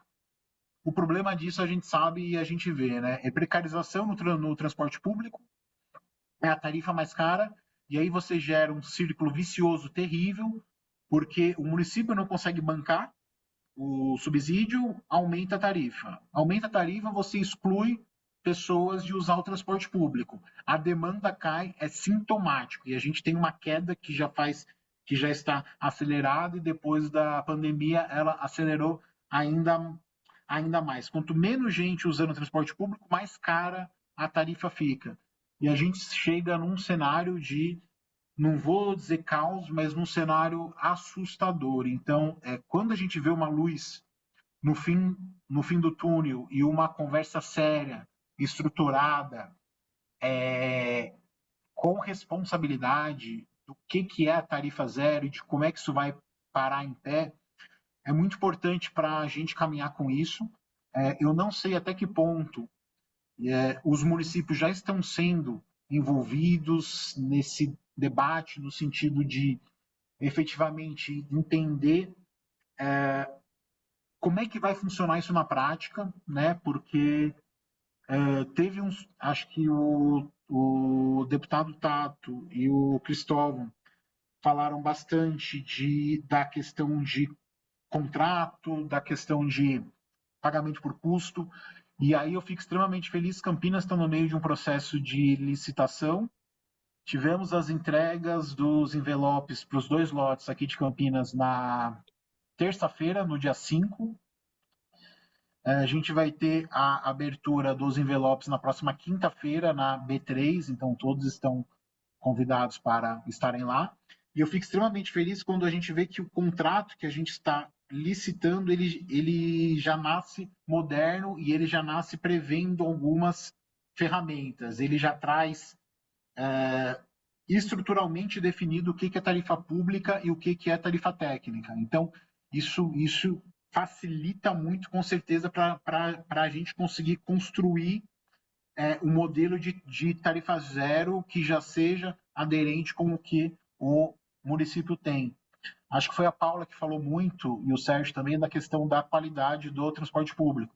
O contrato aqui de Campinas, ele já nasce também com vários indicadores de qualidade, regularidade, segurança, e esses indicadores não são, digamos, indicadores fictícios ou que servem como base para a gente ter apenas um relatório no final do mês. Ele tem impacto na tarifa direto. Então, dependendo do nível de qualidade observado, impacta diretamente o valor da tarifa.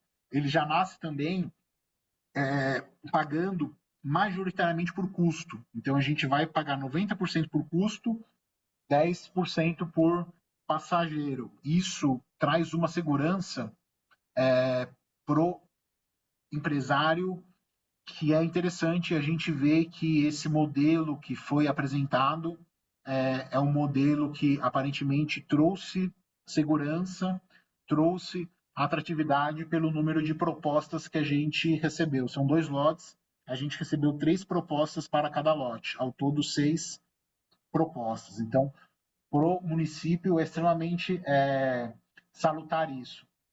Terminando só a minha fala, eu reforço, eu fico extremamente feliz de que esse assunto entrou na pauta mesmo, e é um assunto que a gente vê que está caminhando cada vez mais.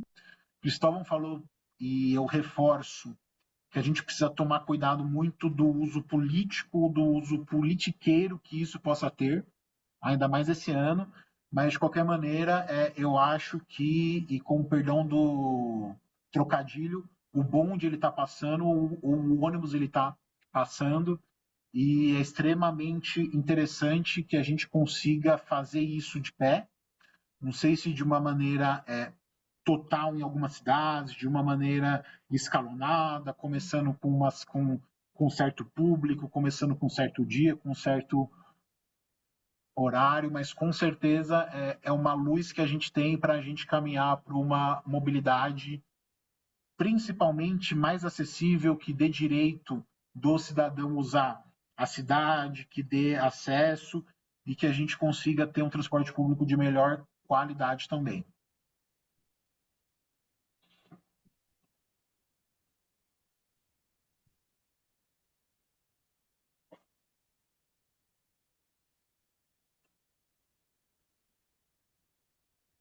Você concluiu, Fernando? Sim. Obrigado, Fernando. Muito obrigado. Mais uma vez, parabéns pelo trabalho em Campinas, especialmente lograr concluir o procedimento licitatório. Vou abrir aqui para as perguntas, uma pergunta aqui da plateia presencial. Levanta a mão primeiro. Espera um pouquinho, Rafael.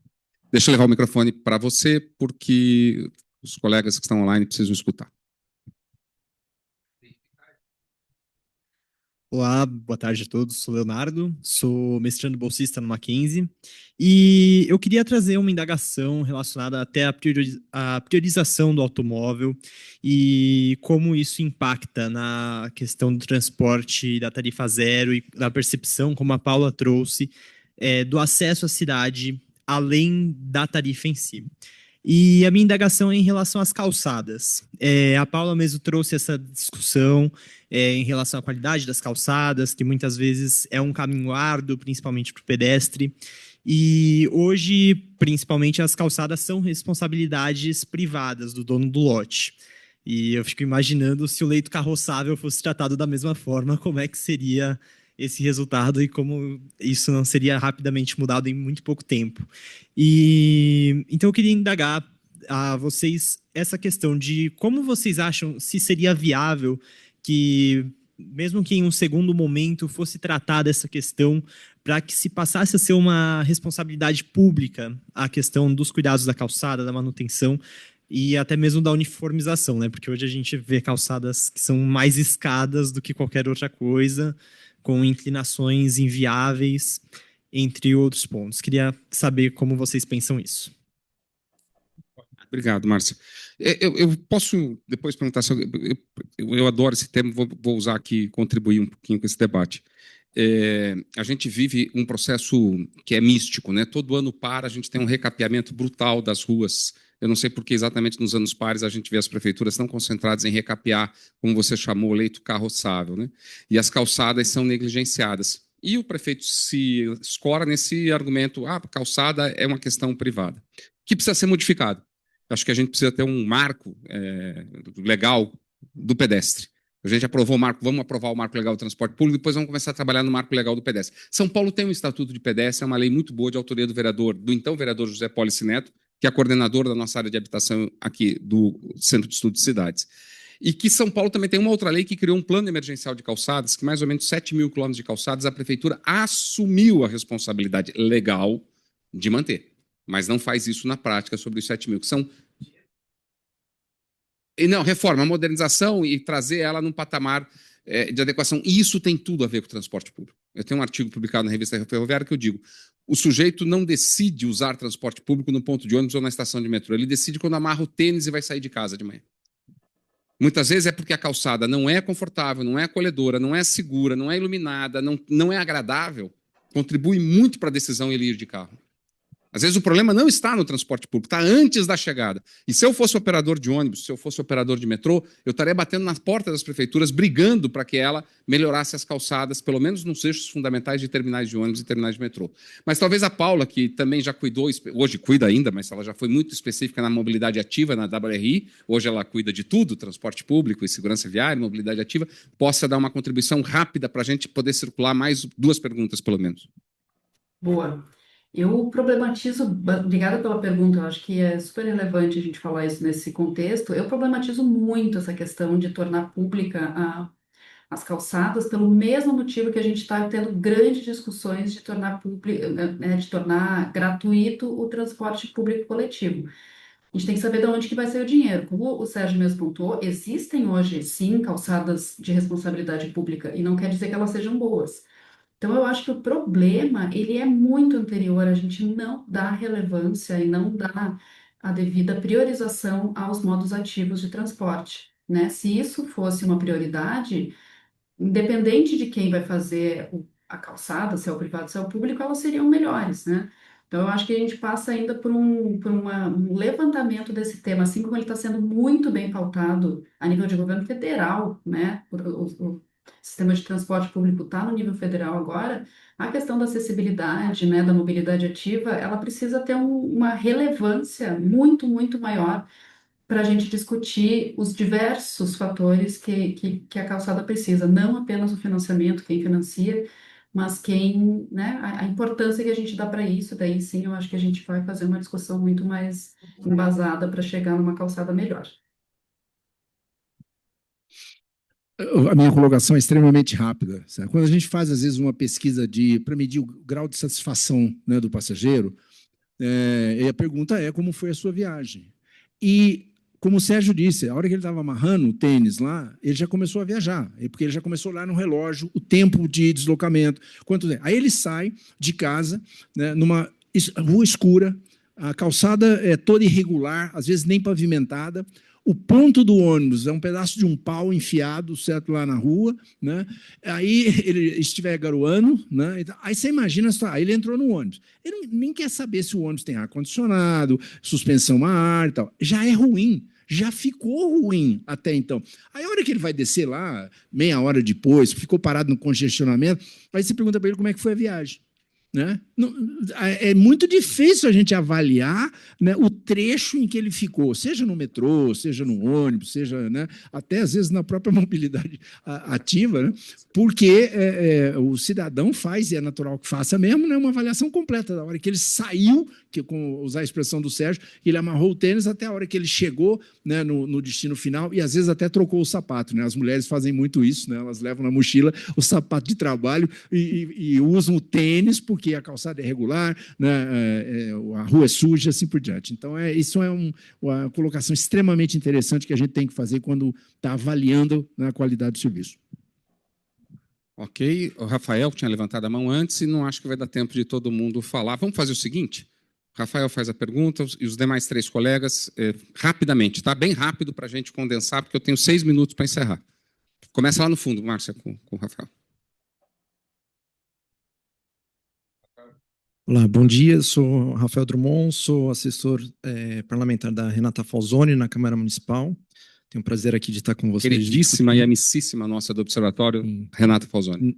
Que hoje também está se debruçando muito sobre transporte público, é um tema muito importante para a gente, o financiamento do transporte público daqui de São Paulo, que a gente quer trazer essa discussão para a Câmara agora neste ano, aproveitando essa onda do marco legal.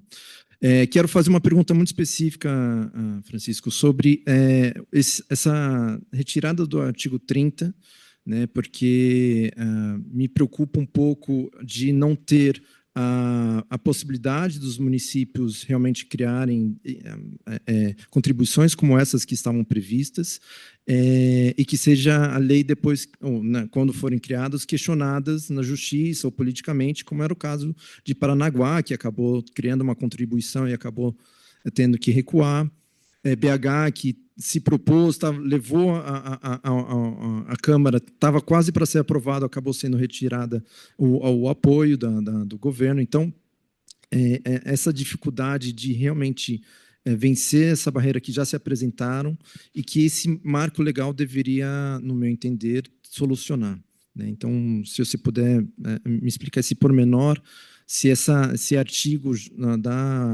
da Política Nacional de Mobilidade já seria garantidor dessa possibilidade ou não.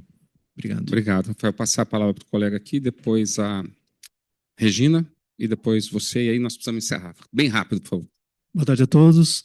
Sou André França, mestre em Arquitetura e Urbanismo. Prazer estar aqui de volta, Sérgio, Helena. Só para complementar, a gente falou aqui sobre ter essa necessidade de que a gente considera jornada e não embarque, né? E que a gente tem que considerar muito mais a questão regional por conta de não ficar limitado, né, às divisas municipais. Nesse ponto, quando a gente está falando do custeio, é um ponto de atenção quando a gente está tendo um processo de diversas concessões do sistema de transportes, onde o usuário ele acaba sendo multiplicado a cada embarque em diferentes companhias que ele faz uso. Então, não sendo apenas uma jornada, mas cada conexão que é feita, ele é considerado novamente como custeia o sistema. Isso gera uma dificuldade maior para a gente considerar a tarifa zero? Perfeito, Regina. Sou Regina, jornalista, sou mestre em políticas públicas. Eu ia falar algo muito parecido com relação à calçada, mas já foi feito. A minha questão é também muito intrigada por uma fala que eu ouvi do Ciro Biderman um tempo atrás, que se conecta também, e que é só confirmar, quer dizer, se vocês entendem como uma grande dificuldade, que é como é que você vai tirar muita gente já acostumada a exclusivamente se locomover de carro, como é que você vai tirar essa pessoa do carro para a qual a cidade foi completamente destinada e levar para o transporte público, assim, Boa. em linhas gerais. Pergunta de $1 trilhão. Vou fazer uma também nessa linha. Eu sou Pedro Protásio, do BNDES, sou aluno também do curso que começou essa semana aqui no Centro de Mobilidade, e minha pergunta é o seguinte, que com a tarifa zero vai ficar ainda mais importante a questão da eficiência na prestação do serviço, né? E isso é um desafio hoje muito grande, e eu relaciono isso muito com a questão da governança metropolitana, né? O colega falou dessa questão dos diversos embarques, que é uma forma que você poderia corrigir, né, tendo uma integração desses sistemas, da integração tarifária e tudo. E no marco legal, esse é um tema que fica muito facultativo, né? Ele é citado, é importante que ele seja citado ali, mas não sei se traz muita novidade em relação ao que a gente já tinha, né, da lei dos consórcios, do Estatuto da Metrópole. E aí só saber um pouquinho, né, da participação de vocês aí no marco legal, como é que foi essa discussão, né? Eu sei da dificuldade de impor, mas como é que se vislumbra que isso possa virar uma realidade, né? No sentido de que sem uma obrigação, né, fica sempre o risco que os entes podem sair de qualquer arranjo a qualquer momento, e uma dificuldade de criar os arranjos metropolitanos. Obrigado. No online, nós temos 3 perguntas que eu vou destacar, acho que, na verdade, 4, e depois eu vou abrir 1 minutinho para cada um dos debatedores para fazer considerações, tentando absorver as contribuições que vieram da plateia. Infelizmente, esse é um evento que tem uma limitação de tempo, que não tem jeito, né? Então, a gente tem aqui uma contribuição do Maximiliano, perguntando um pouco para o secretário Fernando aí quais são os desafios do transporte público frente aí ao edital, o novo modelo. José Eduardo Ferreira considera assim, o aumento de 1 a 3% do IPTU, principalmente nos corredores de ônibus, já foram considerados para subsídio da tarifa zero em diversas cidades, assim como a criação de um imposto sobre a folha de pagamento, que nem precisa chegar a 100%, já que os comerciantes deixam de custear os valores pertinentes ao Vale Transporte. Como é visto isso nas discussões de subsídio do tarifa zero? O João Picanço, que é um colega nosso aqui, sempre participando também, boa tarde. Defender uma tarifa módica poderia ser um primeiro passo melhor aceito do que a defesa da tarifa zero? Eu vou inverter a ordem, vou começar pelo Fernando, passo pela Paula e termino com quem está presencial aqui conosco, que é o Francisco. Fernando, rapidinho, para tentar contemplar todas as falas aqui e a observação aí de Campinas. Não, tá bom, de maneira bem rápida. Eu estava olhando aqui agora e aí a gente já viu algumas vezes já essa discussão. O número de jovens tirando o CNH, ela vem caindo. Nos últimos 6 anos, caiu 10%. Então, teve uma pergunta daí que foi como é que a gente consegue trazer de novo a pessoa para o transporte público. Eu acho que o jovem ele está utilizando cada vez menos, tendo carro próprio e está usando a mobilidade como um serviço. Eu acho que o futuro acaba sendo um pouco esse. Talvez, lógico, você tem os aplicativos, você tem uma nova gama de ferramentas com que ele pode fazer, e aí vai muito no sentido de que a mobilidade como a gente conhece, ela vai mudar.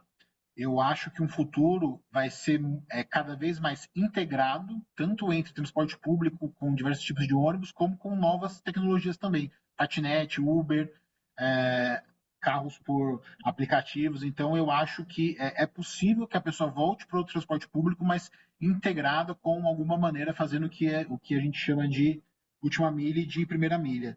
E do desafio aqui de Campinas, a gente está num final de contrato, final de um contrato de 20 anos, então você tem uma frota já defasada, a gente vai precisar, Campinas tem por volta de 1.000 ônibus. Então, a transição, talvez o principal desafio que eu pontuo hoje vai ser a transição, como é que a gente consegue fazer isso, considerando uma população de 1.200.000 pessoas e uma frota considerável. Então, essa transição, e a gente já vem trabalhando já faz bastante tempo, a WRI, ela sempre dá uma força com isso também, trazendo cases de outras cidades. Então, o desafio que a gente tem hoje acaba sendo esse.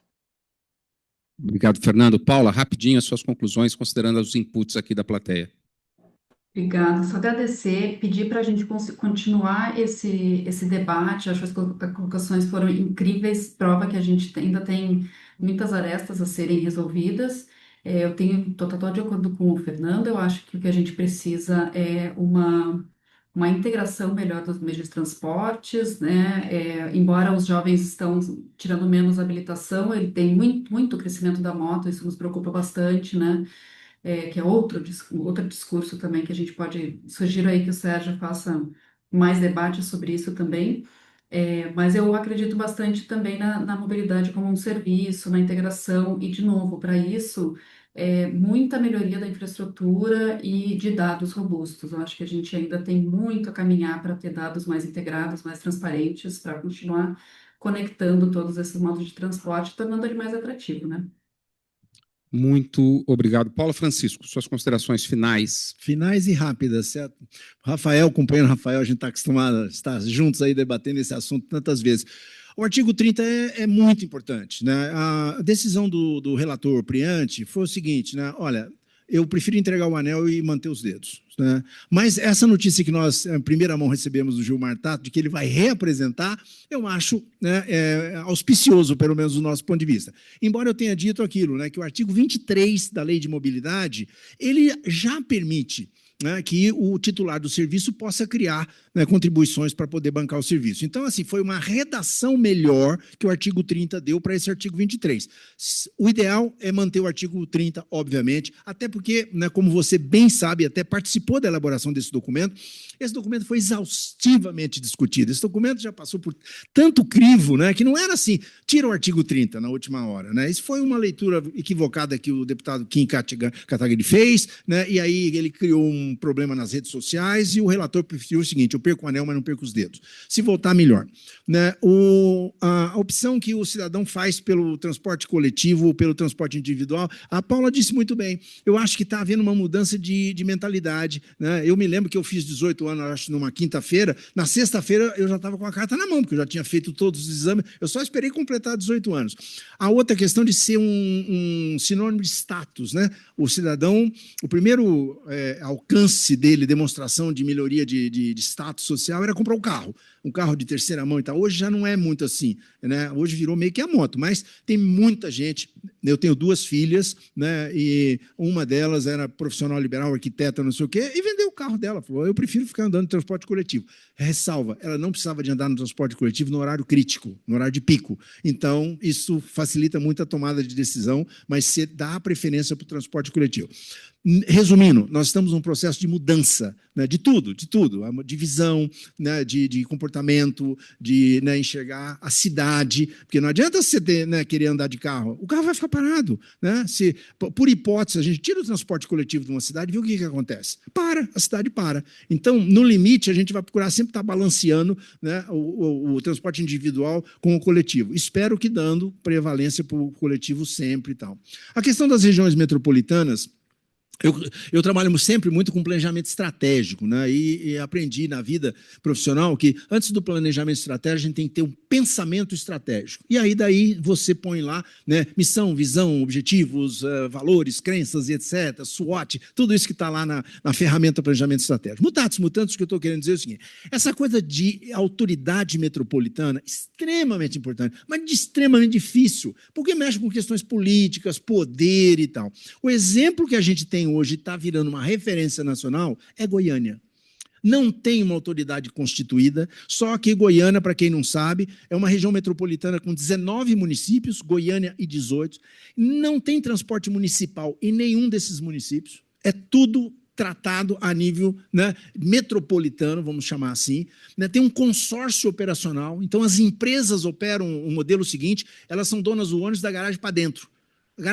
O ônibus saiu, pertence a um consórcio operacional, que aloca o veículo onde ele é necessário, em função do porte, da característica do veículo e tal. E tem uma empresa que faz, né, a parte de bilhetagem e tal. Então, Goiânia está virando uma referência, né, Sérgio? A gente tem discutido isso, né? E sabe o que é? É pensamento metropolitano, não precisa da autoridade metropolitana. Se o administrador, o governador, o prefeito, né, os prefeitos, eles têm um pensamento metropolitano, sabendo que, né, a divisa nas regiões metropolitanas são símbolos, né? De um lado da rua é um município, do outro é outro, mas ele tem que ter essa mentalidade. Aí as coisas facilitam. E não só para o transporte, aí na escola, posicionamento de escolas, os outros serviços públicos, assim por diante. Então, eu sou um defensor, né, da autoridade metropolitana, mas sempre acho muito difícil porque lida com poder e tal, e aí a coisa é complicada.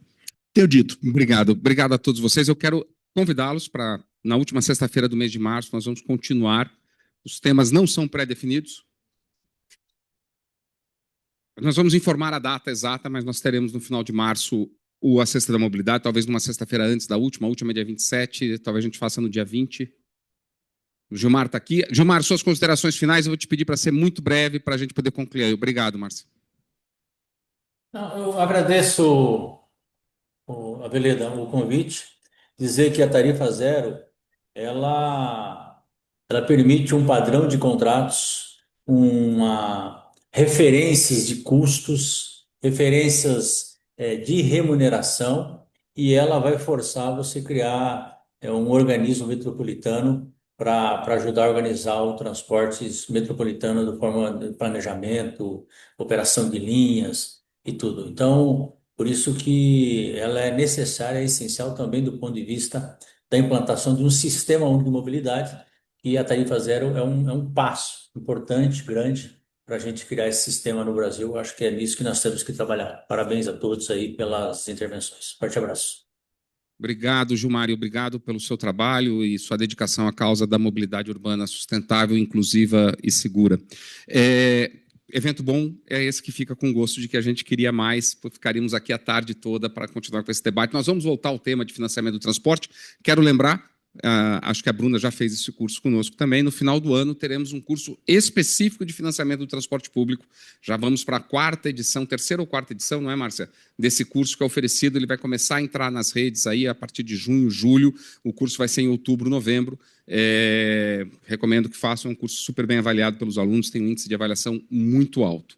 Vamos anunciar, então, a data da próxima sexta da mobilidade e o tema bom falar de Goiânia, hein? Trazer os nossos amigos de Goiás aqui. Claro. E tudo, fazer uma sexta da mobilidade específica sobre Goiânia. Quero agradecer a Motiva, sempre pelo apoio, por estar conosco, viabilizando esse processo, e desejar a todas e todos um bom fim de semana. Tome cuidado, chove muito, né? A gente sempre precisa redobrar os nossos cuidados, e que a gente continue focado, pensando numa mobilidade mais segura, sustentável e inclusiva. Obrigado, Francisco, Paula, Fernando e Gilmar. Obrigado, Márcio. Obrigado, Helena. Obrigado a todos, todas e todos. Obrigado. Bom fim de semana.